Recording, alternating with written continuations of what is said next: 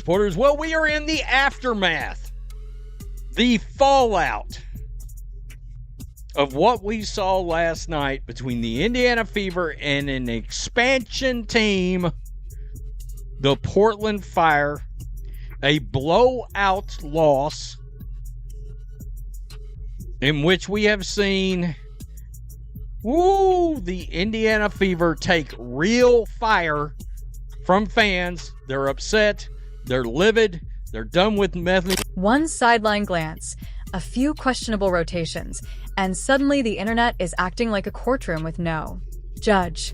Caitlin Clark looks locked in, the bench looks confused, and fans are already handing out pink slips like it is a clearance sale. Now everyone is asking the same question nobody expected after this game. What exactly is going on behind those substitutions, and why does every answer feel worse than the last? To play. This wasn't just a normal coaching moment. During an active disagreement with Caitlin Clark, Stephanie White appeared to turn a signal for Raven Johnson while Caitlin Clark was standing right in her face. This is her superstar, a franchise player we are talking about. There's already a narrative that this is why they drafted Raven to replace Caitlin in the first place. So whether the substitution itself was justified or not, it clearly wasn't to me. And I'm gonna just play it for you guys first so you guys get a good understanding of what I'm talking about. So as you can see, Stephanie White is going off on Caitlin Clark. Before we move on, smash that like button and subscribe because you know you don't want to miss out on this one. One night in Indianapolis, the scoreboard told one story, but the court told something completely different.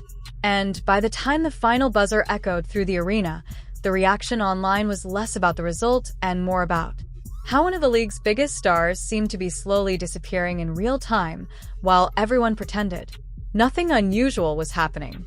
Everything is burning down while the house is on fire, while Caitlin Clark fans have pitchforks in their hands, and rightfully so, marching, stomping, rioting, demanding change, as we should. Christy sides, she peeks in a little bit. From time to time, Christy sides peeks in to monitor the situation. Hey, what's going on over there? Oh, damn. Stephanie really ain't getting it done like I thought she would, huh? Because when a team gets blown out, most people look at defense turnovers or were missed shots. But this one had fans zooming in on something far more uncomfortable, the way Caitlin Clark was being handled, possession by possession, substitution by substitution, almost like the game itself was being rerouted around her instead of through her. And that is where the frustration started boiling over. It's that this is a fork in the road type defeat. This is where you audit whoever you are going to be for the season. This is where you got to look and decide what identity is this team. And Stephanie White, the time has come.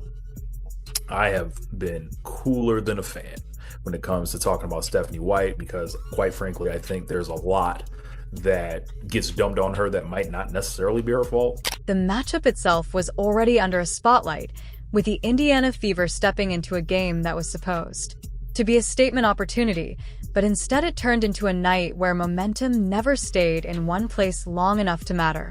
And every time it looked like Clark was about to find rhythm, something on the sidelines seemed to interrupt the flow at the worst possible moment, leaving viewers confused and increasingly vocal. I tend to be a bit skeptical with the constant overreactions from Caitlin Clark fans, mainly because it seems to happen after every game. My shining star is being mistreated. Stephanie White hates her. It's not fair. They're like the boys who cried Clark. After every game, there seems to be an overreaction. A couple weeks ago, the Indiana Clarks announced around 90 minutes before tip-off that their only star would be missing their game against the Portland Fire. And then came the moment that lit up social media. Not a buzzer beater, not a highlight, but a sequence of substitutions that had fans convinced that something deeper was going on behind the scenes because Caitlin Clark would get going, reading the defense, pushing tempo, creating spacing, and then suddenly she was on the bench watching it all collapse. From the sidelines, while the energy she created evaporated within minutes. That is where the conversation shifted from what went wrong in the game to why does this keep happening? And suddenly, the focus drifted toward the Coaching decisions, shaping those moments, with fans pointing directly at Indiana Fever leadership and questioning whether the team fully understands what they have in a player who draws this much attention every time she steps. On the floor, part was that nothing about Clark's body language suggested injury or hesitation. She looked engaged, active, and ready to push, but the rotations kept cutting her rhythm short. And in a league where flow is everything for elite guards, that kind of stop-start usage started to feel less like strategy and more like disruption, intentional or not. And that perception is what fueled the fire. And while the coaching staff did not publicly acknowledge anything unusual, that silence did very little to calm the noise, because viewers were already convinced they were seeing a pattern. And once fans lock onto a pattern, even coincidence starts to look like intention, especially when it involves a player as polarizing and heavily watched as Clark. And now, on top of everything else, just coming off of them having words the other day during a game, we've got more footage of Caitlin Clark and Stephanie White going at it. You know, my boy Rudy over at the Come On Now podcast said he believes the locker room may be fractured. I saw a comment a minute ago.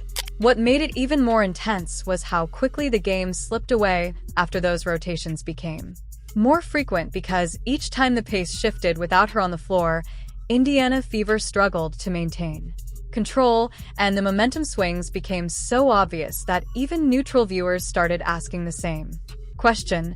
Why is the one player who seems to stabilize the offense spending so much time disconnected from it?